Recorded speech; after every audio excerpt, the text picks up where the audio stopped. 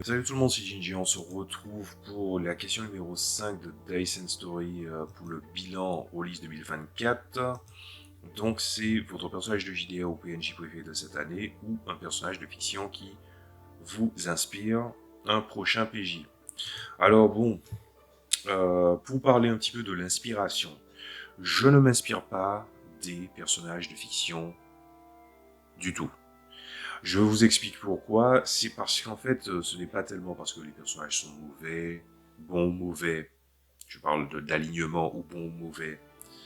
Genre en matière de qualité d'écriture, c'est tout simplement parce que je n'ai pas envie de singer un personnage dans un contexte différent où il a brillé. Voilà. Par exemple, je crois que la dernière fois j'avais parlé de Scarface de Tony Montana. Je vais pas prendre un personnage inspiré de Tony Montana pour le mettre dans un autre contexte. Voilà. C'est aussi simple que ça. En partant du principe que dans ma façon de faire, je m'inspire des trucs à apprendre à dessiner des personnages de manga où on te dit il faut une description, un jardin secret, une psychologie, une façon de voir les choses et ne pas tout respecter à la lettre non plus parce que c'est ce qui fait l'humanité d'un personnage. Et aussi en partant de cet aspect philosophique et spirituel où je pars du principe que chaque personne a une thématique qui lui est propre dans toute la longueur de son existence, de sa vie actuelle, je ne vois pas l'intérêt de faire ça. Après, si on parle d'inspiration, genre de description physique, c'est déjà autre chose, parce que la nature et aussi notre observation artistique est souvent du domaine du visuel, et parfois même du descriptif, et il y a des choses qui nous plaisent plus que d'autres, donc c'est normal qu'on s'inspire de ça. Mais par contre, au niveau des histoires, ça c'est la ligne rouge en fait. Donc ça, c'était pour parler de ça. Ensuite, j'ai commencé par la fin, donc on va continuer. Donc le personnage de JDR préféré ou PNJ, je vais donner les deux. Pour moi, c'est Mortis, ou Surya Kageyama de son vrai nom. Donc c'est le personnage que j'avais fait pour tester le setting de True 20 Nevermore que j'avais fait. J'ai essayé à plein de reprises. Je crois que je suis au moins à la 6e prise là, pour essayer de vous expliquer pourquoi j'aime le personnage et il fallait raconter son histoire. Raconter son histoire est extrêmement long. Et j'essaie de faire en sorte de condenser un maximum possible. La seule chose que je peux vous dire, c'est que dans un monde où il y avait le monde des rêves et le monde des humains dans un futur ou une terre alternative qui est décadent, un enfant de 9 ans, lui, en principe, au moment où son histoire commence vraiment, tombe dans un fossé alors qu'il était poursuivi par des gens du groupe, on va dire, du groupe de factions de blocs géopolitiques de là où il vivait. Il tombe dans une fosse, c'est un portail qui mène à Nevermore. Tout son corps tombe dans Nevermore et il est dans une période de subjugation, c'est-à-dire pendant une période, je grossis le trait, mais pendant une période de 7 jours, il est censé, entre guillemets, obéir aux ordres d'une seigneuresse de rêve, puisqu'il a été convoqué. Il n'est pas seulement tombé dans un fossé où il y avait un appel. Et du coup, au lieu que ça a duré 7 jours, ça a duré 10 ans. Et du coup, à 19 ans, il reprend ses esprits. Son lui d'avant et ce qui s'est passé pendant qu'il était contrôlé s'est mélangé. Il était devenu entre-temps un chevalier d'effroi et le bras droit de la seigneuresse en question. Et le pouvoir, l'influence qu'elle avait s'est dissipée à un moment bien précis parce qu'il allait détruire un seigneur de rêve. Ce seigneur de rêve l'a pris sous son aile pendant un petit temps, mais il a préféré plutôt s'enfuir, essayer d'abandonner cette vie-là. Et le moment où la campagne commence, il quitte l'endroit où il a été pendant près d'1 an, en étant prêt à affronter le reste de Nevermore. Donc il est méconnaissable par rapport à la dernière fois, mais vite son passé le rattrape et non seulement il enchaîne les situations invraisemblables, il brûle énormément de sa force de rêve, ce qui est plutôt compliqué, puisque là c'est une campagne, quand je dis son essence de rêve, c'est les points de conviction, les points de conviction de rêve. Il a les deux puisque son corps est tombé directement dans Nevermore. Donc, ce qui fait qu'il a brûlé ça jusqu'à n'en plus finir pour pouvoir se sortir de certaines situations. Il comptait pas trop sur ses performances. Il y avait un gros problème de confiance en lui. Hein, c'est comme ça que je traduisais le truc. Et malgré tout ça, à la fin de tout ça, il est tombé dans le coma. Il a eu un appel de pouvoir dont il est un successeur bien précis. Et il doit trouver les ancêtres, enfin, il doit trouver les descendants de tous les prédécesseurs pour pouvoir en fait trouver le dieu des fées Faialig, lui qui a créé le monde des fées quand il y avait le conflit entre les créatures de fantaisie et les humains. Voilà. À cause du chagrin de Faialig et du fait que ce soit une divinité qui soit intervenue directement pour créer un monde, le fait est que son chagrin, suite à la mort du fils de Faialig, il a commencé à verser des larmes et ces larmes se sont déversées dans le monde des humains et c'est ce qui a expliqué la montée des eaux, le changement par rapport à la Terre et aussi pourquoi l'univers ou plutôt l'existence est en train de s'effondrer sur lui-même. Donc la place du mystique dans les fantaisies que je fais est quand même assez fort. Et du coup, le but c'est de trouver tous les descendants des prédécesseurs du pouvoir que Mortis a obtenu. Et du coup, il en a trouvé quelques-uns. Comme j'ai dit, j'ai écrit l'équivalent d'un tome. Mais en fait, le truc, c'est que je peux pas expliquer le truc très en détail. On serait là pour 1 heure, littéralement. La seule chose que je peux te dire, enfin, que je peux vous dire, c'est pourquoi j'aime ce perso. C'est parce que c'est un personnage qui est sensible, un personnage qui est fort aussi, c'est un personnage qui n'hésite pas à utiliser ses atouts, tous ses atouts, pour pouvoir réussir à faire quelque chose, mais c'est sa façon de faire parce qu'il ne se permettait pas l'échec. Mais il ne se permettait pas l'échec parce que il brûlait sa force de rêve jusqu'à présent et qu'il avait pas mal de capacités. Sauf qu'il y a eu une dichotomie entre les pouvoirs qu'il avait et les performances qu'il avait. C'est-à-dire, par exemple, l'écart entre ses stats, par exemple, ses compétences et les feats qu'il avait. Ce qui s'est passé, c'est qu'il a dû renouer avec son passé, l'accepter aussi, ce qui a causé une métamorphose, pas seulement mentale, mais aussi physique. Il a aussi été dans une situation où il a été pris dans des complots qui relevaient en fait d'une échelle, ce que je pourrais dire à hauteur d'homme, mais ça serait plutôt à hauteur de rêve, où il est, on va dire qu'il pouvait potentiellement être un point de pression chez, pas une seigneuresse de rêve, mais une personne de haut rang dans un domaine de rêve, mais il a protégé cette personne sans utiliser de l'essence de rêve parce qu'il n'en avait plus du tout, et il a compté sur uniquement ses performances et il a réussi à s'en sortir. Ça lui a permis de gagner la confiance en lui. Il s'est fait des alliés sur le chemin. Il a dû se séparer d'une alliée en particulier, qu'il a bien aidé au départ, mais à un moment donné, il a fallu qu'il ait dû faire des choix plus sentimentaux qu'autre chose. Hein. On va être clair là-dessus. Et du coup, il est entouré de quelques alliés, et y compris des personnes qui le connaissaient et dans sa période où il était maléfique. Et dont il a dû aider à la personne à purger le côté cauchemardesque qu'elle avait. Donc le truc, c'est que au travers de ça, si j'explique plus, ça va être beaucoup plus long. La seule chose que je peux dire, c'est que il a plus sauvé de gens par ses chansons et par le fait de discuter et de montrer sa perspective de comment il voyait les choses, dans des endroits qui étaient très codifiés et des endroits aussi qui avaient une vision assez psychorigide du monde.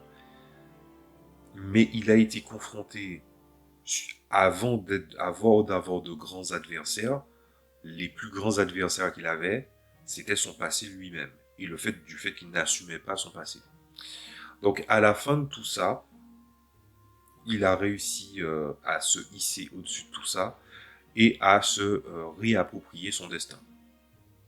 Et la fin commence au moment où il arrive dans un domaine de rêve, en sachant qui il est, ce qu'il a fait, ce qu'il est prêt à faire pour le monde, plutôt pour l'univers en lui-même, et surtout avec des personnes qui sont prêtes à l'aider pour ça.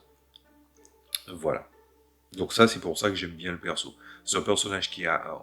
En fait, le truc, c'est que s'il faut faire un parallèle, puisque True 20 est vraiment un isekai, donc s'il faut faire un parallèle avec les isekai classiques, le truc avec les isekai classiques, ou même ce que j'appelle la fantasy moderne japonaise, c'est-à-dire, moi j'appelle ça la fantasy bastardisée, hein. Littéralement je dis ça, c'est que dès les premiers épisodes d'une série, ou bien dès les premiers chapitres, il faut qu'il ait fait un maximum de choses, le protagoniste.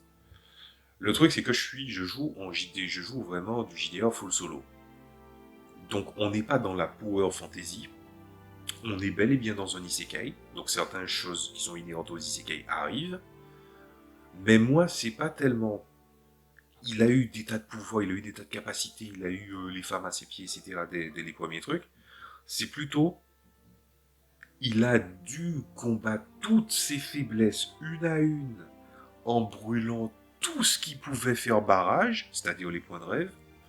Et une fois qu'il était à nu, il avait plus de pouvoir, il avait plus de trucs, il a dépensé sa force de rêve pour sauver les gens. Bim, il se prend un contre-coup violent, ça le met dans le coma pendant 1 an, il découvre la nouvelle source de pouvoir qu'il a, mais cette nouvelle source de pouvoir ne lui donne aucun avantage de pouvoir, entre guillemets, de puissance, mais plutôt lui permet de trouver les personnes providentielles qui va l'aider dans sa quête. Donc, il a commencé en tombant dans Nevermore, en étant sous le contrôle de quelqu'un qu'il a construit pour être très puissant. Il a rejeté ça et il s'est tourné vers ses premiers amours qui étaient la musique et le chant. Puis il a quitté le domaine où il était en essayant de faire fi du passé, surtout qu'il était méconnaissable. Le passé l'a rattrapé sur bien des manières, des individus qui ont été envoyés pour le rapatrier, des pouvoirs qui sont toujours là et qu'il avait de la culpabilité à utiliser, mais il comprend que en fait, un pouvoir, c'est comme un outil. C'est toi qui fais la force du truc, c'est toi qui lui donne un sens, en fait. Puis, il s'est accoquiné avec certaines personnes, on va dire ça gentiment comme ça, mais il a dû se séparer de celle qui, justement, c'était une élémentaire qu'il avait convoquée dans le chapitre 1. Il l'a aidé, elle a évolué très vite. Il a d'autres pouvoirs qui ont évolué très vite, qui ont gagné leur autonomie, et qui se sont barrés ensuite. Pour plein de raisons, en fait. Ce qui fait que c'est un isekai où le gars, il avait déjà accumulé des trucs balèzes, mais il les a perdus. Il a perdu bon nombre d'alliés de confiance. Enfin, oui, il a perdu bon nombre d'alliés de confiance qui ont décidé de rester sur place. Et lui-même a perdu bon nombre de pouvoirs, mais a fini par en retrouver d'autres. Mais c'est surtout sa maturité en tant que personnage qui a évolué en premier, avant toute chose. C'est pas genre, oui, j'ai besoin du pouvoir de ceci, de cela, ah oui, je suis balèze, donc... À la différence des isekai, si je dois simplifier, c'est... Il n'est pas devenu un gars de confiance parce qu'il avait des pouvoirs, il a perdu un bon nombre de ses pouvoirs parce qu'il s'appuyait beaucoup trop sur ça et ça l'empêchait d'avancer, et être un peu plus lui-même l'a amené à être une personne de confiance et lui a amené des gens de confiance. Et que les gens qui représentaient son passé, ou une vision de ses pouvoirs de son passé transformé, ils ont pris une autre direction parce que, en fait, ils devaient tous grandir d'une certaine façon. Et c'est ce que j'ai bien aimé avec c'est ce que j'ai aimé avec le personnage de Mortis. C'est ce truc-là. Et c'est pas volontaire, c'est-à-dire que bon, moi j'utilise, alors je vous montre avec quoi je fais ça. J'utilise des cartes de tarot, j'utilise les dés. Les épisodes ont une thématique. Au début, j'avais pensé un peu la campagne en mode, il allait de royaume en royaume, mais il est resté dans des royaumes bien précis. Il s'est entendu avec des gens, il a interagi, il a découvert la détresse de l'influence de la cour Unseelie, la cour des cauchemars. Il a commencé à voir qu'est-ce que c'était les différentes personnes, les différentes catégories de personnes. Il a vu comment le monde a changé et qu'il sait très bien qu'il n'y a pas d'endroit où il peut revenir, étant donné que son but à terme, au début de la campagne, c'est qu'on lui a dit: t'as le potentiel d'être un seigneur de rêve, peut-être que tu devrais te former et renouer avec ton passé. Et c'est devenu le monde et l'univers est en train de s'effondrer parce que une divinité a créé Nevermore et c'est un dieu des rêves et le dieu est intervenu directement. Et les conséquences de sa lutte avec Lilith, qui est une divinité maléfique, la confrontation entre Feyalik et Lilith a fait que le monde s'effondre sur eux-mêmes parce que les divinités les moins... Comment dire ça? Les divinités les moins scrupuleuses, on va dire, ont commencé à vouloir essayer de poser leur influence sur le monde.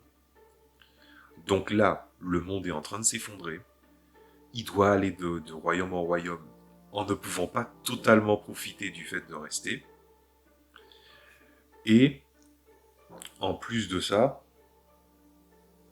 désolé, il y a des échanges de feu, littéralement des échanges de feu. Et du coup, ce qui se passe, c'est que il ne peut pas rester dans un endroit bien longtemps. Il peut pas se le permettre. Il sait que le monde va s'effondrer. Que le monde s'effondre, ça voudrait dire totalement autre chose. Il est obligé de trouver les descendants des prédécesseurs du pouvoir qu'il a, pour ensuite qu'A13, plus les nombreux alliés qu'il a d'autres, ouvre un endroit où se cache Feyalik pour le tuer, alors qu'il est en train d'agoniser de chagrin. Donc c'est-à-dire qu'il sait que Feyalik n'est pas maléfique, il sait qu'il n'est pas mauvais, mais là, le cycle doit se finir, entre guillemets, de Nevermore. Et on ne sait pas qu'est-ce qui se passera dans l'après. Et ça aussi, c'est une thématique que j'ai toujours voulu explorer et que j'ai même exploré. C'est que les mondes crépusculaires, les mondes qui sont sur leur fin, les gens ont du mal à écrire un après. Je pense que c'est humain, mais c'est vrai que en créativité, les gens se mouillent pas trop pour raconter l'après. Vous voyez ce que je veux dire par là? C'est comme les gens qui commencent à se questionner maintenant par le ils vécurent heureux et eurent beaucoup d'enfants. Est-ce que c'est pas un peu facile? Vous voyez ce que je veux dire par là? Donc ça, c'est pour le PJ. Donc PJ, bon, je pense que malgré le fait que j'ai filtré, je crois que j'ai fait ma meilleure version là. On va passer au prochain, donc c'est-à-dire le PNJ préféré. Alors lui, malheureusement, je pense que je ne vais pas pouvoir l'explorer plus parce que je l'avais fait pour le setting de Isekai, puisque j'avais fait une semaine spéciale Isekai et j'avais fait un setting pour peut-être faire un one-shot ou écrire une courte campagne, etc. Au début, je voulais le faire pour accompagner le JDR full solo, mais j'ai changé d'avis. J'ai préféré faire autre chose. Mais n'empêche que le personnage, c'est Isidore. Alors, c'est basé sur l'univers de Worlds That Will Cry. Il y a énormément de zones vides, énormément de contenu pour pouvoir créer. Mais je m'appuie sur les nombreuses choses qui sont proposées. Donc, je vous explique un peu l'histoire. Isidore, pourquoi c'est mon PNJ préféré? C'est parce qu'en fait, son histoire est grandiose. Mais vraiment grandiose. C'est un personnage...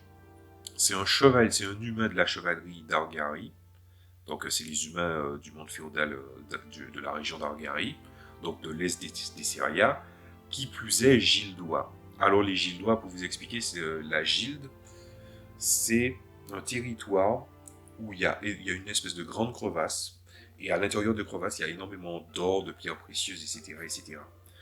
C'est un endroit où les chevaliers ne sont pas si nobles que ça, il préférait plus à faire appel à des mercenaires ou jouer énormément sur des magouilles.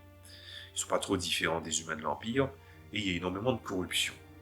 Sa famille fait partie des personnes inflexibles, et lui aussi. Il est grand, il est beau, pas seulement il attire les donzelles, mais il a 5 concubines qu'il considère à part égale.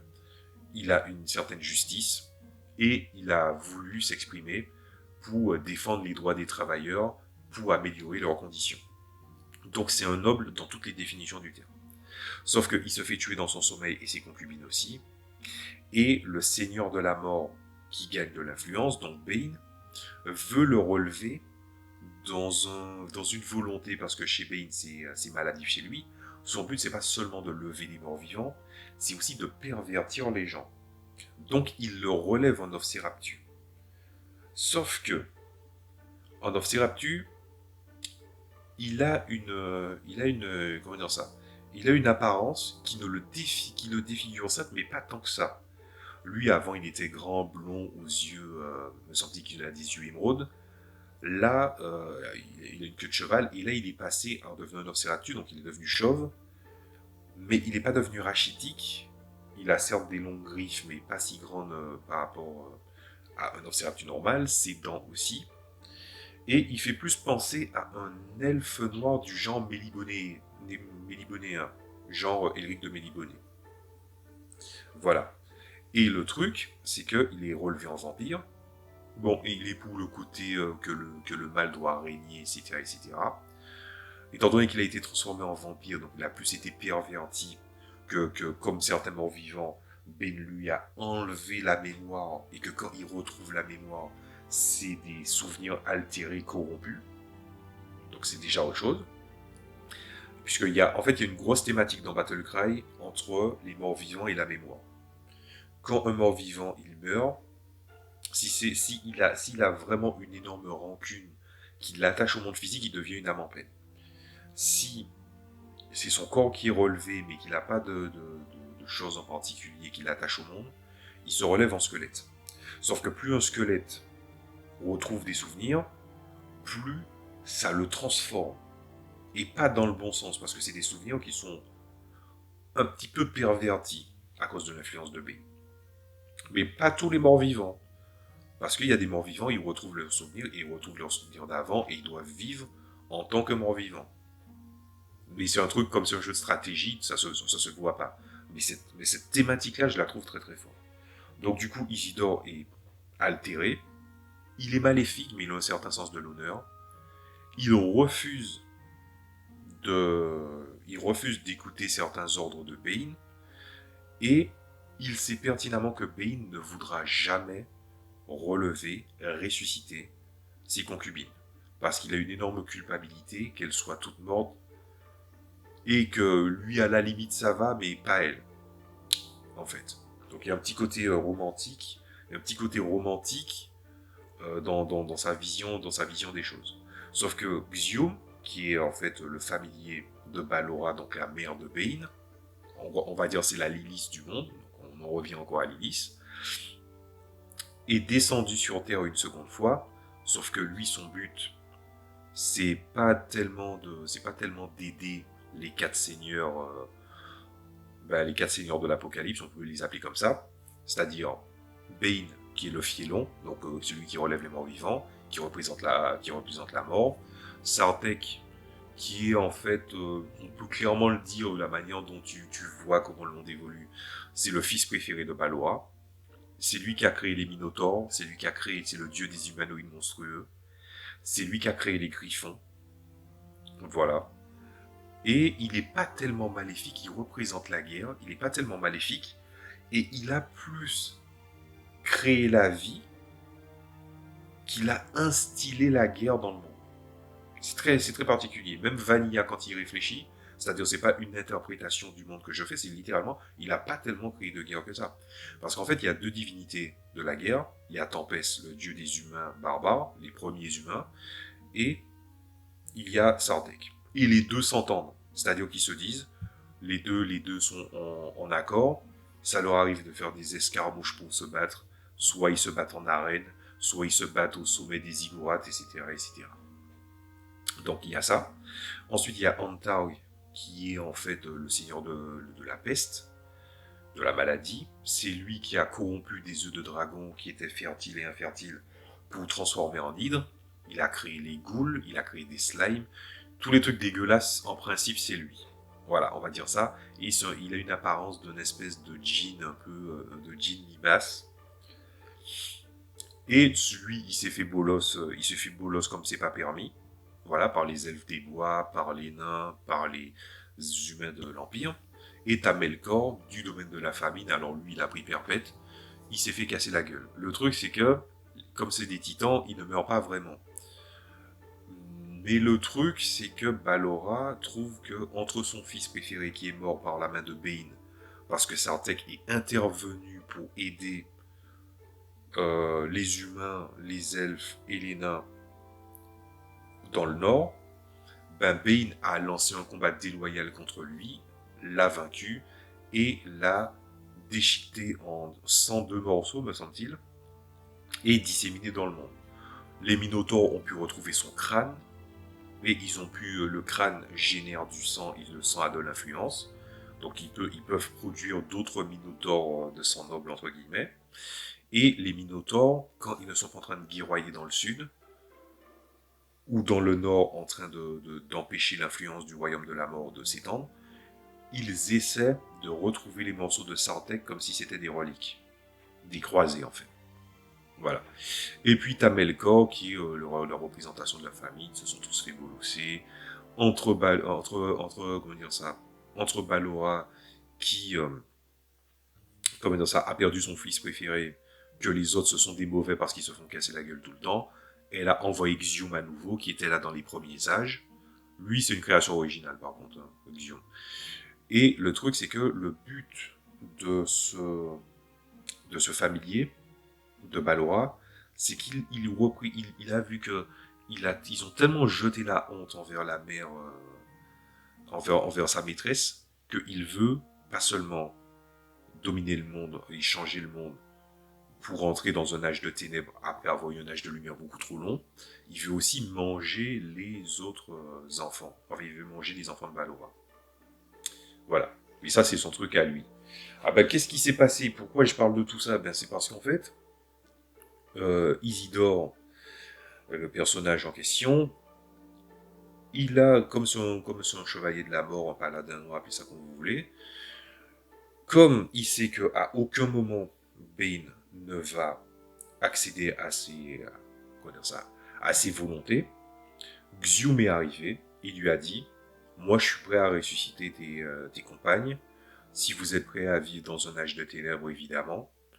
Et lui, il est ok avec ça. C'est ce que j'aime bien avec ce perso en particulier, c'est parce que il est, en fait, normalement, sous le contrôle de Bane, et après avoir été relevé, Bane aurait dû avoir un contrôle sur lui. Mais entre son amour pour ses concubines, le fait que c'est quelqu'un d'intègre, qu'il a une vision assez stricte de comment tournent les choses, et qu'il a une volonté très forte, ça fait qu'il est difficilement contrôlable. Xium ne veut pas le contrôler, il veut l'utiliser comme émissaire. Et lui-même, Isidore, Bane, il veut lui casser la gueule pour l'avoir relevé en Nosferatu. Il n'a jamais transformé qui que ce soit en vampire. Voilà. Ça lui est déjà arrivé en tant que chevalier de la mort de relever des gens en squelette, en ghoul, en zombie, en autres créatures, en âme en peine par exemple. Mais il ne les a jamais relevés pour être des vampires. Voilà. Et c'est pourquoi j'aime ce personnage-là, c'est parce qu'il est complexe. C'est un méchant assumé. Quand je dis assumé, c'est qu'il a un côté tordu, il a un sens de l'honneur et probablement que c'est pas sa nature profonde d'être mauvais, mais qu'il a changé et on ne sait pas si c'est réversible. Donc il y a vraiment ce côté-là et surtout il est très lucide autour de ses alliés et autour de ses ennemis aussi. C'est-à-dire qu'il sait que certains de ses alliés veulent sa peau. et qui trouve que cette espèce de liberté qu'il a, les gens n'aiment pas ça en fait. Mais pourtant, il a un contrôle, il a un pouvoir décisionnel assez fort, il est autonome, donc il peut mobiliser des gens assez vite, il peut se déplacer, et une des alliées qu'il a, et c'est sans arrêt de le séduire, mais il y a une espèce de relation de triangle amoureux un peu bizarre entre elle qui aime Isidore, et Isidore, lui, il a l'allégeance envers Xium, mais Xium essaie comment dire ça, essaie de faire la personne en question tomber amoureuse de lui. Et ça fait une espèce de cercle amoureux un peu bizarre, tout en sachant que Isidore, lui, il s'en fout. En fait, ce qui a toujours importé, c'est ses concubines. Et voilà. Voilà les persos que j'ai... comment dire ça, voilà les persos que j'ai considérés comme étant mes préférés. Voilà, c'est tout, c'est assez long. Donc, là, j'ai fait quand même pas mal de temps, mais c'était suffisant, c'est la meilleure version de ce que je pourrais faire. Donc, n'hésitez pas à me dire c'était quoi vos persos préférés, mais en tout cas, je vous ai déjà donné des indices de pourquoi j'écris les personnages d'une certaine façon, pourquoi je ne m'inspire pas. N'hésitez pas à voir ma vidéo du RPG Week sur la conception de personnages, ça va vous donner de meilleures idées de pourquoi je fais les choses comme ça. En tout cas, moi je vais continuer, on va se retrouver pour la dernière question. Et la dernière question va plus mener à une réflexion de ma part. Je vous dis à la prochaine fois. Salut à tous.